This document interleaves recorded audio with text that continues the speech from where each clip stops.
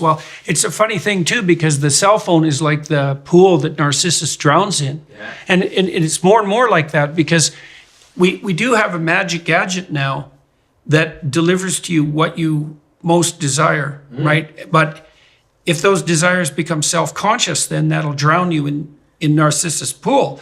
And when I say that it's designed to give you exactly what you want, I actually mean that technically, right? Because there's algorithms working behind the scenes nonstop, trying to understand where you're directing your attention, manipulating it to some degree. But a lot of the manipulation on the capitalist front is merely the attempt to find out what you want so that it can be delivered to you, albeit at a profit, but it's still what you want. Yeah, and it's darker than that, because it's not just what you want anymore, because all they want is your attention. Mm-hmm. All they want is your attention. That's right. And so they actually don't have to just give you what you want. They can also give you what you hate. They can also give you what you despise, right? They can also make you realize that you're not as good as others, so that you fall into it even more and just try to put in even more. So it's not just giving you what you want. It's also like a drug addict, right? It's like leading you in and then kind of giving you little hits, but then making you want it, making you desire it.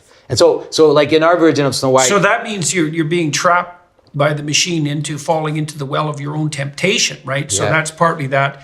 And so if the story of Cain, let's say, is the story of envy, well, and envy is portrayed in that story as like one of the cardinal sources of motivation, the darkest source of motivation, but a cardinal source of motivation is that your claim is that making a machine that heightens envy is a very effective way of gripping attention. Yeah. Right? And that seems definitely likely. Yeah.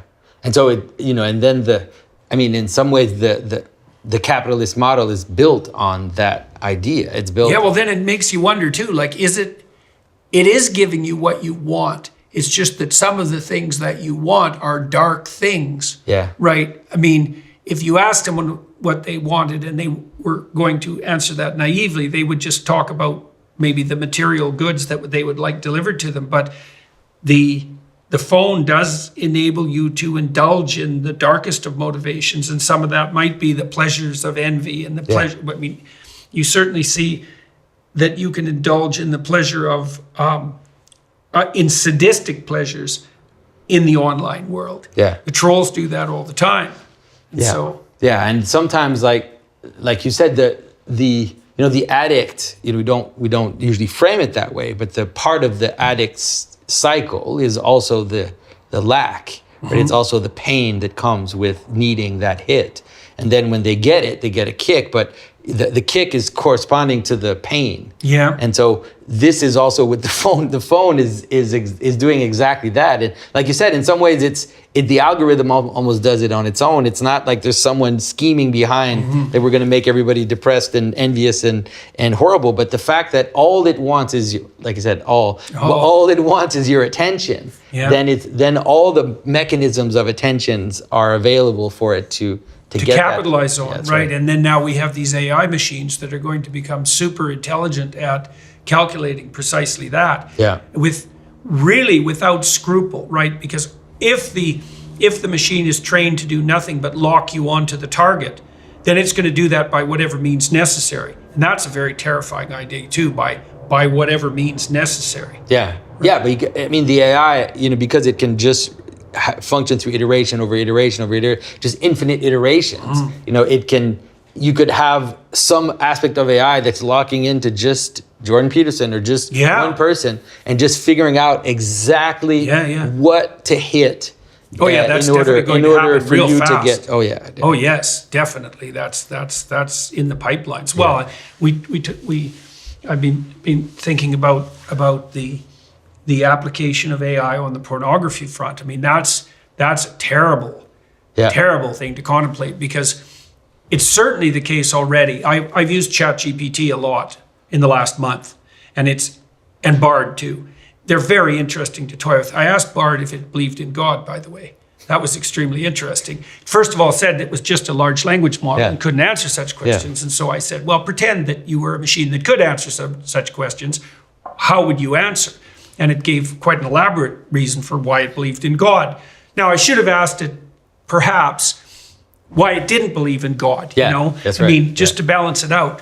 But anyways, it was extremely interesting to watch that. One of the ways I've been thinking about AI, I did a video on that just recently, is actually the story of Aladdin, or the story of the genie's lamp. Yeah. That seems to be in my because I've been thinking a lot about, we talk about artificial intelligence, you know, and we've been talking about this. We talked about it with Jim Keller, you know, and one of the points I was trying to make was that the intelligence doesn't seem to come from the machine. The intelligence comes from us. That is, the AIs now are hybrid AIs, right? They get qualitative judgment from human people. Human people tell the AI what's good, and then the AI, based on that, will then continue its work, but it's always proposed, right? It's generating variability, and then someone selects and says that one, one, right? That's what happens in Midjourney too. You know, Midjourney, you have a refining process where it generates a bunch of images, and then you tell it that one, and so you're training the AI as you're using it, and so that's what the genie's lamp is, right? The genie's lamp is just the power of technology.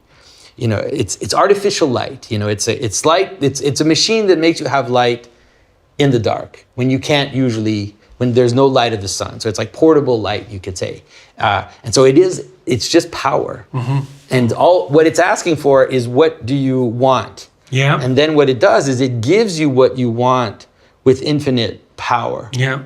And so, that's what's amazing about that story. Yeah, so be careful what you want, which is always the variant of the three wishes story. That's right. It's always about that. And so, but you can understand it like technically in the sense that where there's a version of that story in the Bible where God asks Solomon one wish, right? What do you give? You can have one wish, and then Solomon answers properly. Solomon says, "I want wisdom," right? Right. And so the problem is that if you ask for secondary goods, right? If you ask for a bunch of money, if you ask for a bunch of women, or you ask for secondary goods, and you put infinite power, and you have mated with a dwarf, but you put infinite power behind that wish, then all the side effects of the wish will manifest itself. Right. And that's just, it's like an unbalance of the relationship of how much power you put towards a certain goal.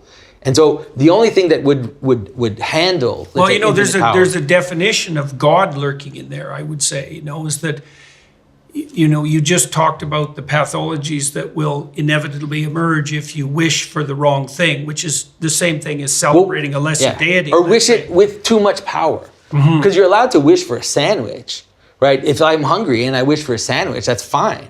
But the problem is, like, if I wish for a sandwich with like infinite power behind me, and I'm going into this infinite power to get this secondary good. Like, it's okay to wish to have money, but if you put all the resources of everything into getting money, it's okay to wish for that if it's in its proper place in the hierarchy. Right. Yeah, that's the way to see it. Yeah.